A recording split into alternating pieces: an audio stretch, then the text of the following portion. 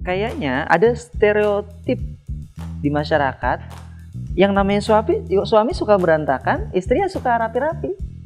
Yang istri suka beres-beres, yang suami ya seadanya gitu. Itu kan bukannya stereotip gender gitu. Selamat datang di podcast Samara. Bareng saya Kak Ojan dan saya Zaim Uhrawi. Kami akan membahas segala hal tentang keluarga dari sudut pandang milenial dan kolonial.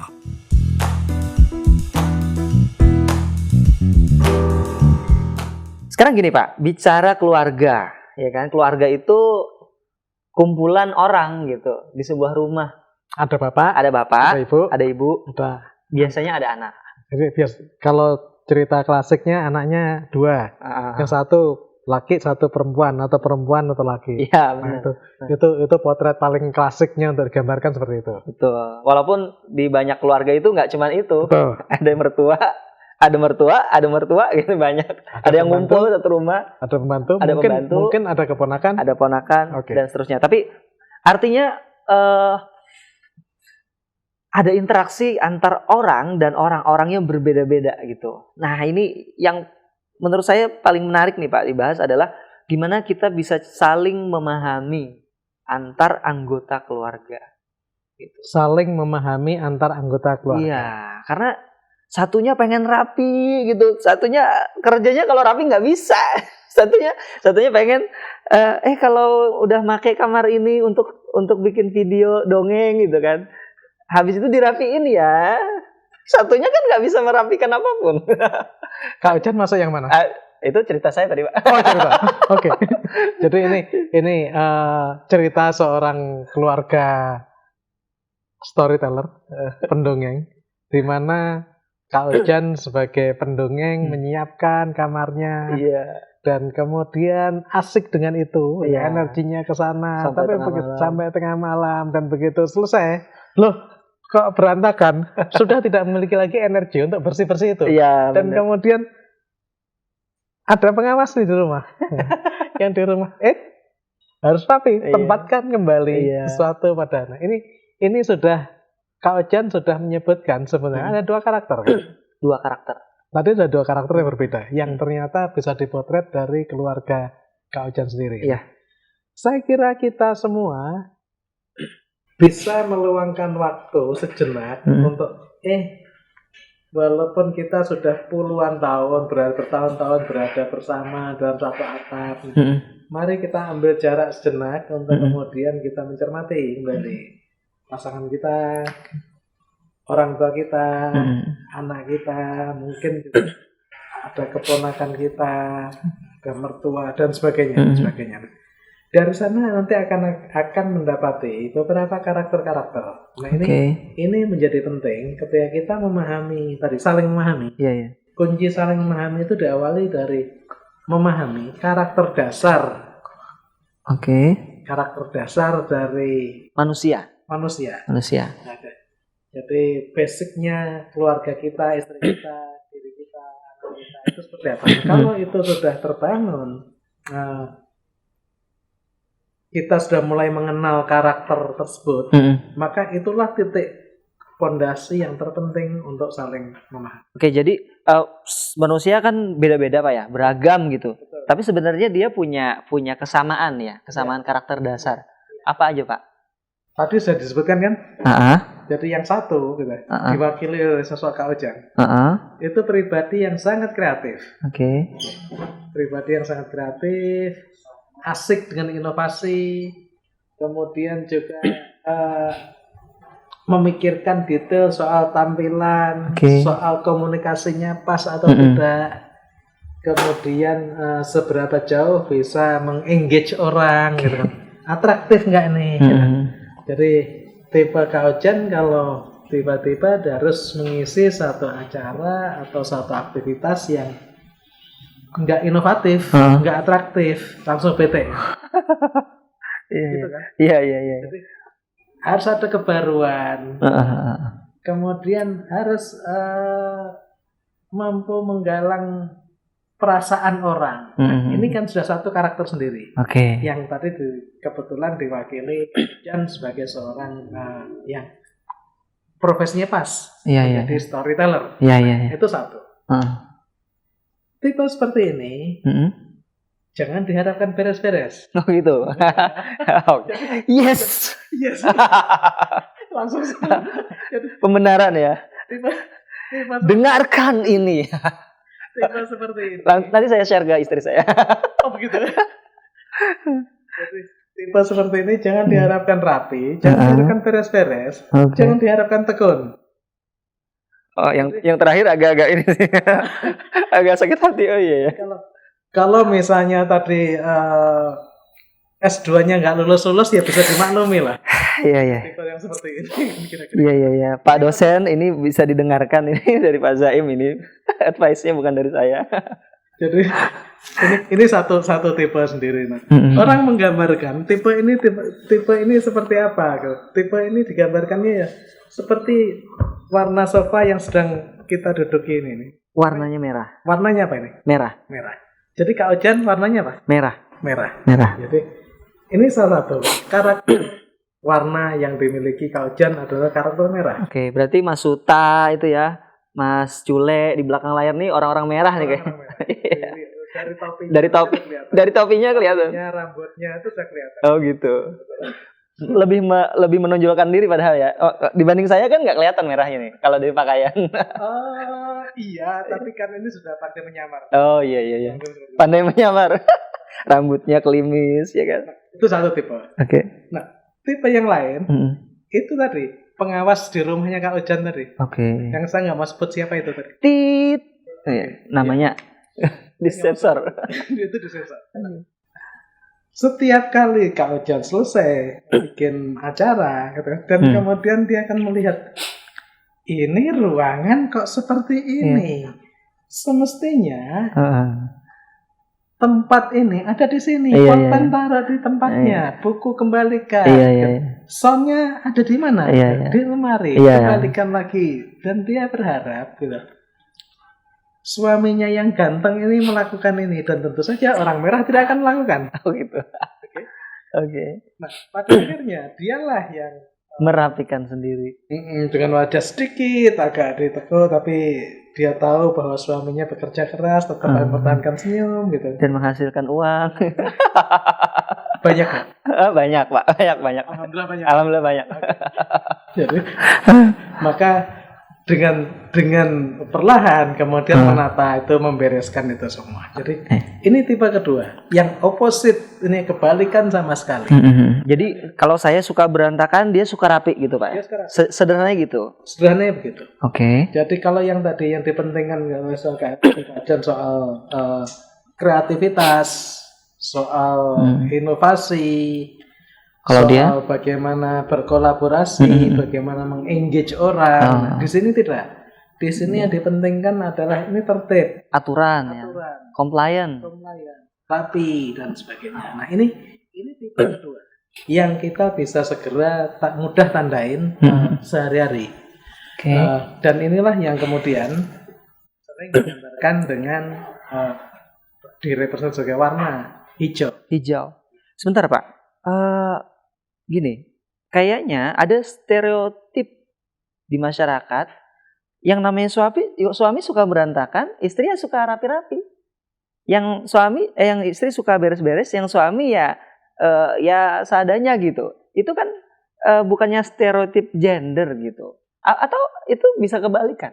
Oh, itu bisa kebalikan. Bisa kebalikan ya? Bisa kebalikan. Jadi memang ada perempuan yang suka berantakan ada? Oh, banyak. Oh, banyak. Oke, banyak. Jadi jangan sangka bahwa setiap perempuan menjadi rapi dan sebagainya. Tidak. Karena saya selama hidup saya, ibu saya suka rapi. Kemudian istri saya suka rapi. Kemudian adik saya enggak. Adik saya ada yang enggak suka rapi. Oke. Iya, benar. Ketemu juga kan? Iya. Jadi memang ada sebuah yang tadi stereotip tadi ada.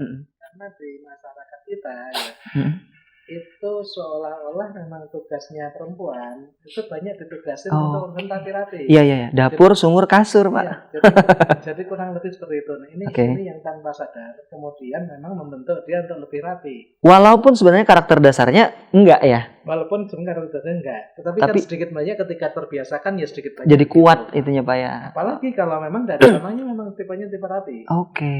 Yang tadi kita kebetulan yang diambil contoh tadi yang Iya. yang disensor tadi. Iya. Nah, Iya. itu memang Inisial aja Pak, inisial aja. Huruf depannya A, tengahnya T, belakangnya I. inisialnya ada semua. inisial doang itu Pak. Jadi 3 huruf awal doang. oke. Oke.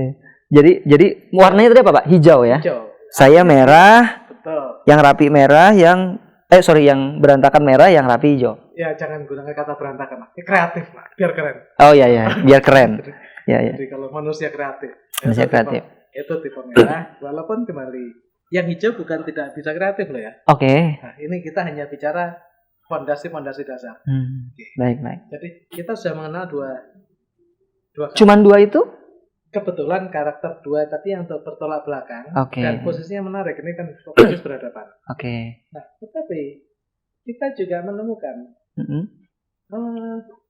ada dua jenis manusia yang sebenarnya punya naluri diam, Oke. tetapi berbeda sekali dan bertolak belakang sama sekali.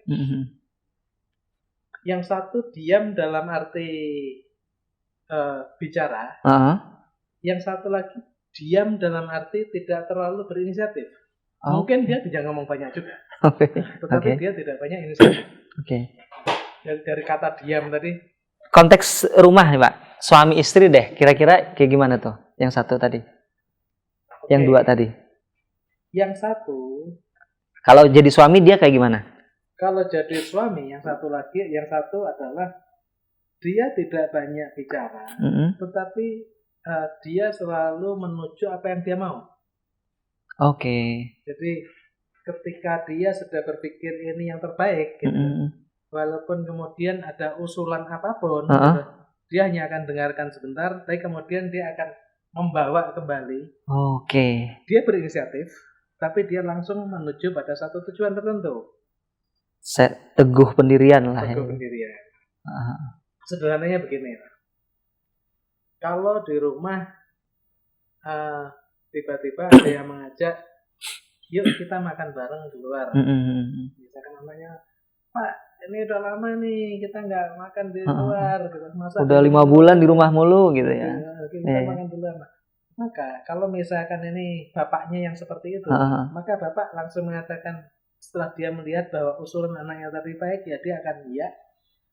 Tapi pada saat yang sama dia sudah putuskan akan makan di restoran mana. Jadi dia tidak lagi minta pertimbangan, dia akan langsung memutuskan karena menurut pengalaman dia inilah restoran yang terbaik. Dan dia tidak ingin mencoba tempat yang lain. Dia tidak tertarik untuk mencoba yang lain. Tetapi bahwa ini sudah teruji dan perhatiannya fokus dan kemudian keluarganya akan dibawa ke sana. Itu karakter dasar sendiri lagi, bukan yang merah dan hijau tadi, bukan? Bukan merah dan hijau. Ini apa nih? Ini kalau kita gambarkan ini kuning. Kuning. Kuning. Jadi dia punya tujuan yang sudah ada gitu ya, Pak? Jadi kalau ingat karakter kuning ini, barangkali kita bisa belajar dari cerita-cerita dulu gitu kan. Cerita tentang kerajaan-kerajaan dan sebagainya. Itu seringkali kerajaan-kerajaan itu simbolnya kuning. Oh gitu? Iya. Jadi raja itu buat ambil keputusan. Iya. Nah, ini kalau memang bapak tapi tipenya adalah tipe diam yang kuat seperti ini. Ada yang begitu Pak? Ada. Ya. Ada yang begitu. Ada yang sebaliknya. Jadi dia diam, bukan diam mulut. Kalau yang ini lebih cenderung diam mulut. Yang tadi cenderung diam mulut. Sesekali dia akan gas dan sebagainya. Tapi secara umum akan lebih banyak diam. Ada yang dia tidak diam dalam arti mulut, tetapi dia tidak banyak inisiatif. Jadi kalau bapaknya yang tipe yang kedua nih, ini. Jadi ketika misalnya anaknya mengajak makan, ini Pak udah lama nah. dia ya iya aja. Tetapi dia tidak akan berinisiatif untuk kemana sampai kemudian nanti ada anaknya mengusulkan atau istrinya mengusulkan, dan apapun usulan dari anaknya gitu kan, dia akan iya aja. Ngikut aja Pak ya? Akan ngikut saja. Manut saja. Jadi, ini yang paling mudah dari dua karakternya. Kalau ini kita sebutkan sebagai karakter kuning ya. Yang pertama yang teguh pendirian tadi kuning. Pendirian menuju satu titik tertentu. Pokoknya kita ke sana. Maka yang kedua ini adalah tipe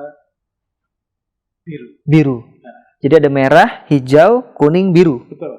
Oke. Jadi ini sederhananya. Ini karakter dasar dari manusia. Dan ketika kita bisa memahami karakter dasar tersebut, maka akan mudah kita untuk saling memahami satu sama lain. Oke, ini berarti kalau di di istilah lain ada kan Pak ya? Ada sanguin ya. Oke. Kalau istilah zaman sekarang kan ada. Iya, itu kita perlu ngobrol sama teman-teman yang psikolog lah. Psikolog ya. Saya tidak ahli dalam psikologi. Oke. Tapi intinya ada 4 warna tadi Pak ya. Secara umum orang psikologi menyebutkan yang merah tadi ini yang sanguin, kemudian biru, yang hijau tadi itu melankolis, kemudian yang biru ini pragmatis, hijau koleris. Kuning ini koleris. Nah tapi itu kata teman-teman psikologi, nanti kita cek. Oke. Nanti saya tanya istri saya. Istri saya psikologi kan. Psikolog. Iya. Jadi dan sekaligus ngecek gitu. Tapi apakah benar yang punya inisial depannya Pak A tadi? ATI. Oke. Memang dia tipe melankolik. Iya. Hijau itu. Sekaligus tanya keseluruhannya. Oke. Apakah kita benar atau salah? Berarti paling gampang ya kita melihat semua manusia beda tapi bisa dikelompokin jadi 4 warna Pak ya. Merah, hijau, kuning, biru ya. Sederhananya gitu. Tapi sebenarnya lebih kompleks ya. Betul. Tapi ini sih manusia kompleks sekali. Kompleks sekali. Tapi memang kalau saya tangkap memang ada ya terwakili sekali sih Pak. Ada yang begitu. Ada teman yang kalau diajakin iya aja tuh banyak tuh. Kok sampai kita kan bingung, loh, ini orang kok bisa ya? Iya aja gitu. Nah, itu tempat curhat yang baik. Tempat curhat yang baik. Jadi kalau ada teman seperti itu, curhatlah sama dia. Aman ya? Aman. Oh, gitu. Jadi, dia dicurhatin apa saja dia akan iya saja. Dan dia akan selalu berusaha menyenangkan kita. Oke. Nah, itu. Jadi kumpulkan teman-teman seperti itu. Baik. Ada juga yang rapi. Ada sampai teman saya itu dia nggak bisa kerja sebelum meja kerjanya rapi. Dia harus menata dulu pokoknya natanya selera dia gitu sampai rapi bener-bener, debu-debunya disapu bersih baru dia kerja. Oke, Kak Jan inget tokoh salah satu sastrawan terbesar Indonesia yang Kak Jan ingat siapa? Pak SDD. Salah satunya adalah yang mengarang Bumi Manusia. Pram, ya. Jadi salah satu yang Pramudia ya, Pak Mas Pram. Itu orang yang luar biasa dalam hal kerapian. Oh ya. Jadi diceritakan dia penulis. Tentu saja dia tidak punya kantor resmi dan tidak perlu ngantor di mana, tetapi dia punya ruang kerja di rumah. Dan dia menetapkan jam kerjanya. Jadi dia harus masuk bekerja dari jam 8 pagi sampai jam 12 siang. Oke. Jadi jam 12 siang dan lalu istirahat. Sampai jam 1. Makan siang sampai setengah 2. Setengah 2. Dan kemudian akan masuk kantor lagi setengah 2 itu sampai nanti selesai jam 4 dan baru dia meninggalkan itu. Dan itu di rumahnya sendiri. Di rumahnya sendiri. Jadi, pagi dia akan menggunakan baju dengan sangat rapi. Oke. Khusus untuk masuk itu, dia pakai sepatu khusus masuk ke dalam rumah dan dia bekerja. Nah, itu selayaknya ke kantor Pak ya? Selayaknya kantor. Oke. Ini tipe yang sangat tertib tadi dan pasti sisi hijaunya itu kuat. Oke. Berarti ini terkonfirmasi nih Pak. Soalnya gini, saya juga pernah pengen melakukan itu. Saya kan ya belum corona saya juga kerja di rumah gitu kan, nggak kaget pas ada corona mah ya di rumah aja. Dan dulu saya pikir waktu saya kerja di kantor saya pikir wah paling enak kerja di rumah. Pas sampai saya akhirnya nggak ngantor lagi, saya kerja di rumah. Ternyata nggak gampang kerja di rumah itu, Pak.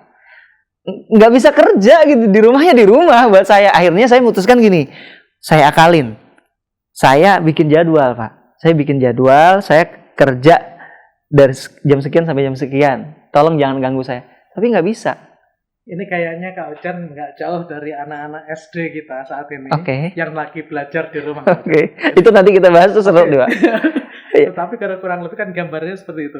Artinya maksudnya ternyata saya nggak berhasil seperti Pak Pramodia Anantatur. Itu karena saya nggak kuat di hijaunya mungkin, Pak ya. Saya merah kan nih. Ya. Saya berusaha menjadi hijau gitu. Tidak segampang itu, Pak. Iya nggak sih? Iya nggak? Ya karena baru memulai ya. Oke. Coba kalau membiasakan ini sekian tahun, gitu, Oke. lama-lama kan akan terbangun juga. Oh gitu. Ya, Baik. terbangun juga. Jadi saya bisa jadi karakter merah saya kuat, tapi saya bisa menguatkan karakter saya yang lain. Saya jadi hijau misalnya tadi. Oke. Ini menarik. Uh, Orang menyebutkan uh, 4 karakter tadi. Ada merah, ada hijau, ada kuning, ada biru. Ya. Orang menyebutkan 4 tadi katanya ini mewakili 4 belahan otak kita. Oke. Ya. Jadi Kiri, kanan, kiri, kanan, kiri mana? Kiri, kanan, ya. kanan, Ya kanan, kiri, kemudian ini otak besar, besar, ini otak kecil, otak kecil. Ya. Jadi- Ini otak nggak ada. Jadi nggak ada. otak tengkuk. Jadi konon mewakili. Oke, baik. Walaupun saya pernah menanyakan kepada seorang dokter neuroscience gitu, Mm-mm. ya sebenarnya tidak sederhana itu. Oh. Tetapi kata beliau Uh-uh. nggak apa-apa, itu bisa dipakai untuk Menggambarkan visual ya, Pak. untuk visual untuk memperjelas. Ya, Jadi, ya. secara umum disebutkan bahwa biru Mm-mm. itu representasi dari otak kanan. Kanan. Otak kanan selama ini cukup familiar, apa saja yang disebut terfungsi menentukan otak kanan? Musikal. Oke. Apa namanya? Visual, spasial, kreatif, casual. Kemudian mementingkan gaul. Iya, benar. Komunikasi interaktif lah. Kalau ditanya soal otak kanan cepet ya. Cepat, ya. Kalau John cepet ya. Cepat. Oke. Nah, yang otak kiri Kiri logikal matematika. logika, matematika, Ya, tertib, tertib, disiplin, disiplin. sesuai aturan, Ah. dan sebagainya. Tadi kanan dan kiri. Ah. Kemudian Cara ngeceknya deh. Saya sebelum lanjut, Pak. Cara ngeceknya paling gampang gimana? ngecek. Ya, biar kita praktek langsung lah. Oke. Gimana? Katanya. Ya. Coba tangkapkan. Apanya? Tangan? Ya. Oke. Ini. Ah. Tangkapkan.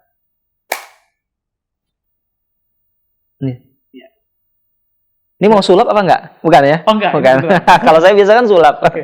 Kalau sulap gimana? Habis itu begini. Iya. Oke. Mana ini? Oh, oke. Baik. Sekarang perhatikan. Ini tuh Mas Cule juga sama Mas Uta. Oke. Coba Coba ikutin. perhatikan. Ah. Jempol mana yang di atas? Jempol kiri. Jempol kiri. Oke. Kiri kanan, Mas? Kiri. Oke, kiri. Jadi, kalau jempol kiri Yang di atas? di atas, ini disebutkan bahwa kita dominan dengan otak kanan. Oh, sebaliknya, Pak ya? Ya. Kalau jempol yang kiri yang di atas berarti kita dominan kanan. Kalau jempol kanan Yang di di atas? atas, kita dominan dengan Otak kiri. otak kiri. Oh, saya kalau ini di kanan nih nggak enak nih. Ini enak gini nih. Iya, ya, artinya Emang biasanya begini. jadi kalau dari sini memang terkonfirmasi Saya otak kanan. otak kanan. Oh, alhamdulillah saya ada otak. Walaupun kanan. Oke. Oke, jadi Otak kanan. otak kanan. Mm. Nah, artinya tadi fungsi spasial, Hmm. fungsi kolaborasi, gaul, komunikasi, ini dominan. Oke. Tadi kan kita bicara kanan sama kiri ya. Iya. Nah, kiri dan sebaliknya. Jadi lebih tertib, tata aturan. Jadi kalau yang tadi begini, yang di atasnya kiri, tapi dia nggak tertib, itu keterlaluan banget ya berarti. Nanti dia keterlaluan banget tuh. Oh, begitu. Udah ini kiri. Otak kiri kan. Orang menyebutkan Oke. kenapa terbalik gitu. Ini tandanya adalah ketika ya ada indikasi lah. Ketika seorang terkena stroke. Oh ya. Jadi kalau serangan stroke-nya dari kiri, Kalau yang nggak gerak kanan, ya, yang kanan lumpuh ya. hampir pasti. Ini kan kenanya di otak kiri. Oke. Sisi kiri. Nyilang bener Pak. Nyilang. Heeh. Sebaliknya, kalau yang kiri lumpuh, hampir pasti ada di kanan. Yang diserang kanan. Kanan. Jadi itu penanda sederhana. Iya. Oke, berarti tadi secara sederhananya Pak ya, Ya. itu dari jempol ini. Iya. Ada yang lain nggak? Ada beberapa yang misalkan dari cara. Oke. Ya, jadi ini masuknya di mana? Karena ketika kita balik, saya membalik bisa Ya ini nggak enak nih. Ini saya gini nih Pak. Yang di atas kiri nih. Nah, saya nggak apa yang teori ini. Oh, Tetapi ada secara ya. umum pendekatan ini juga dipakai. Oke. Kemudian juga ketika kita berdiri lalu mencoba memutar, Heeh. nah, gitu.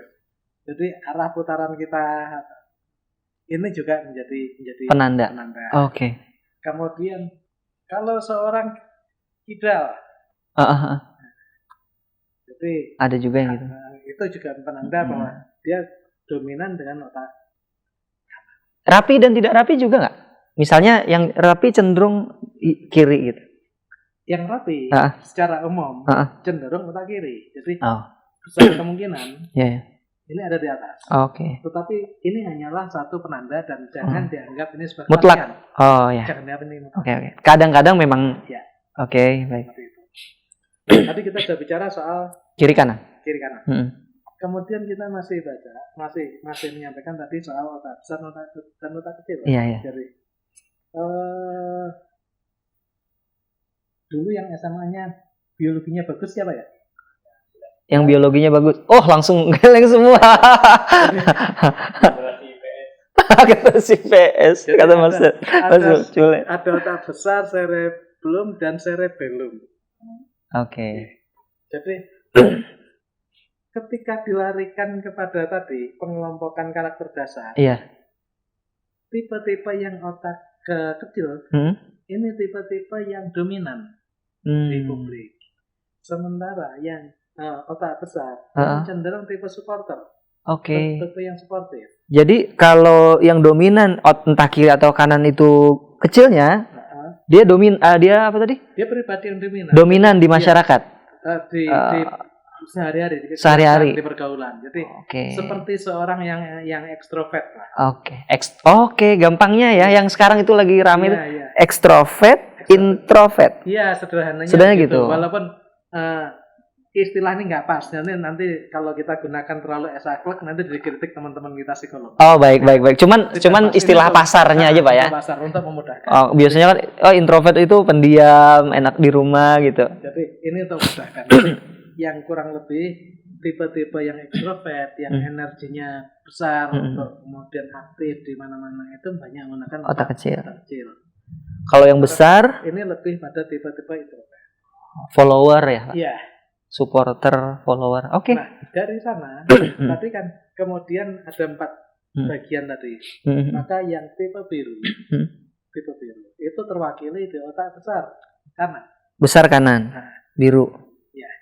Jadi dia tipe yang casual tapi suportif. Dia ikut saja. Jadi kalau diajak temennya tadi, temen yang baik-baik tadi, diajak iya aja. Oke. Ini biru. Oke. Ini biru. Nah, sebabnya yang tadi yang suka merapikan setelah jam kerja di rumah. Iya. Yang tipe hijau. Tipe hijau ini. Ini lebih pada otak kiri, otak besar kiri. Kiri depan ya, kiri besar ya. Jadi dia bukan orang yang tipe misalkan saya harus tampil, saya harus ngelit, walaupun bisa saja dia melakukan itu dengan kesadaran ya. Iya. Tetapi secara umum dia tidak punya dorongan drive sendiri untuk saya harus tampil, harus aktif, harus secara khusus tidak. Tetapi dia orang yang penuh pertimbangan. Semua dikalkulasi dengan baik, semua harus tertata dan sebagainya. Inilah yang representasi otak kiri. Besar kiri. Kemudian dari sana Mari kita lihat yang juga di otak kiri, tetapi otak kecil. Kecil. Otak kecil. Ini yang tadi kita sebutkan tipe kuning. Kuning ya? Iya. Ya. Koleris tadi. Iya, koleris. Dia ekstrovert, Heeh.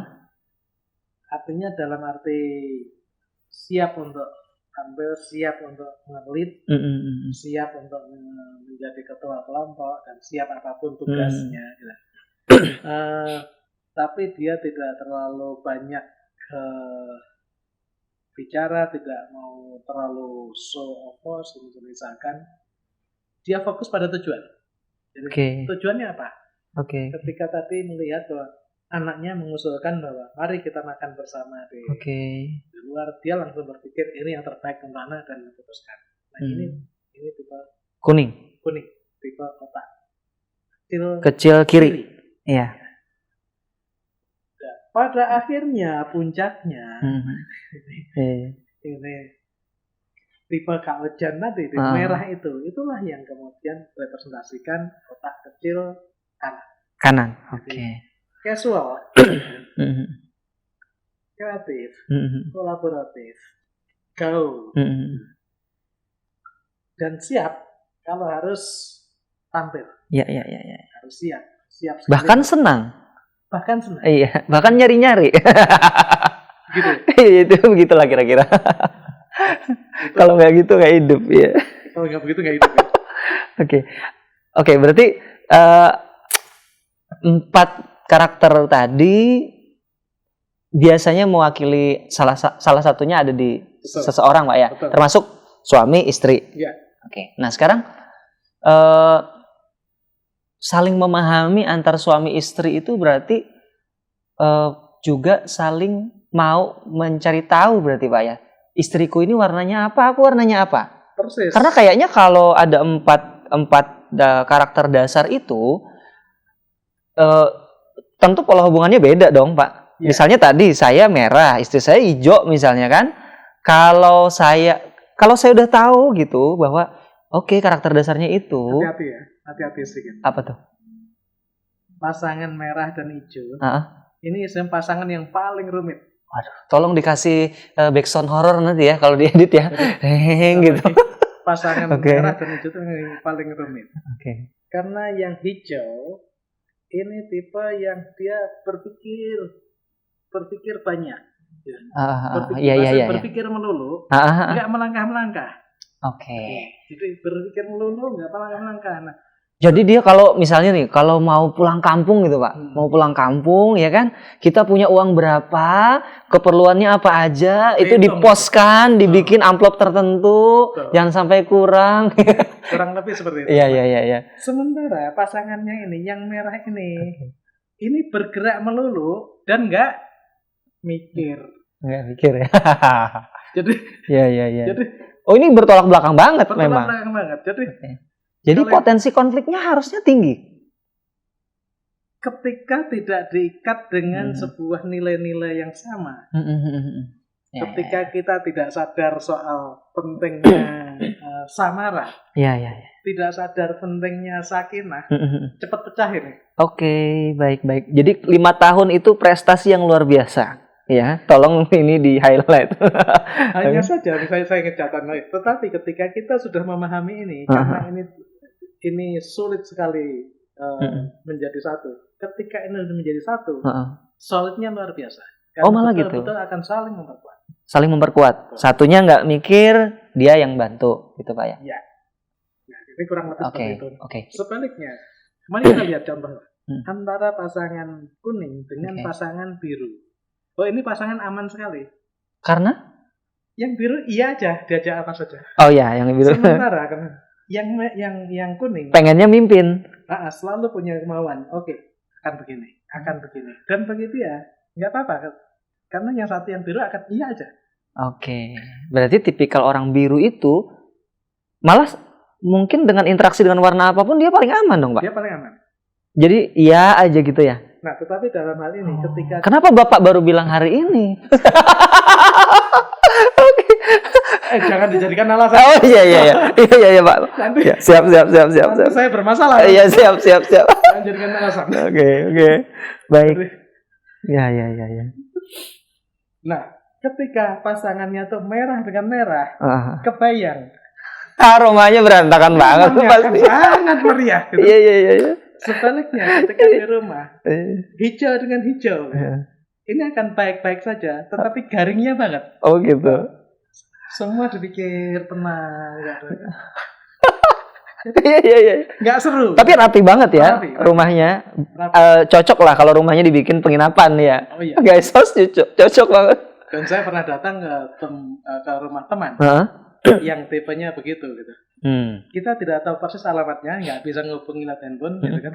Kita hanya lewat di kompleknya saja, dan kemudian kita putuskan rumahnya pasti ini, karena kita melihat taman di depannya tertata begitu Dan bener. dan benar. Oke. Jadi dengan mengenal karakter dasar melalui paling gampang warna tadi Pak ya, mewakili biru, biru, hijau, kuning, merah. Itu harapannya kita bisa paham antar pasangan, terus kita bisa membangun pola komunikasi yang cocok gitu ya Pak. Sangat, saya kira itu modal terpenting bagi kita untuk saling memahami. Oke. Agar kita bisa mewujudkan keluarga samara. Oke, baik. Berarti kebayang sih. Berarti suami istri itu memang harus ngobrol, harus ini ya, tukar pikiran gitu Pak ya. Mungkin misalnya nih istri saya aja yang tahu itu, tapi nggak dikomunikasikan ke suami kan, mungkin dia bisa memahami kan. Iya. Oke, suami saya merah, saya hijau. Dia bisa memahami, tapi kalau suaminya nggak dikasih pengertian, akhirnya kan ya Lama-lama diri sendiri juga menjadi korbannya, akhirnya nggak paham juga kemudian. iya benar. Jadi oke. Tapi modal banget sih. Dan ini penting diketahui di awal nih Pak ya. Ini kayaknya saya pikir ini akan istilah yang akan kita terus pakai nih Pak di episode Samara berikutnya. Biru, hijau, kuning, merah. Untuk memudahkan kita ngebahas apapun, dan kayaknya nggak cuma tentang suami ke istri ke suami kan Pak, jadinya nanti juga ke anak, ke mertua, ke mertua itu penting. iya mertua, ke tetangga ya Pak, bahkan di tempat kerja nanti dan seterusnya. Ya. Siap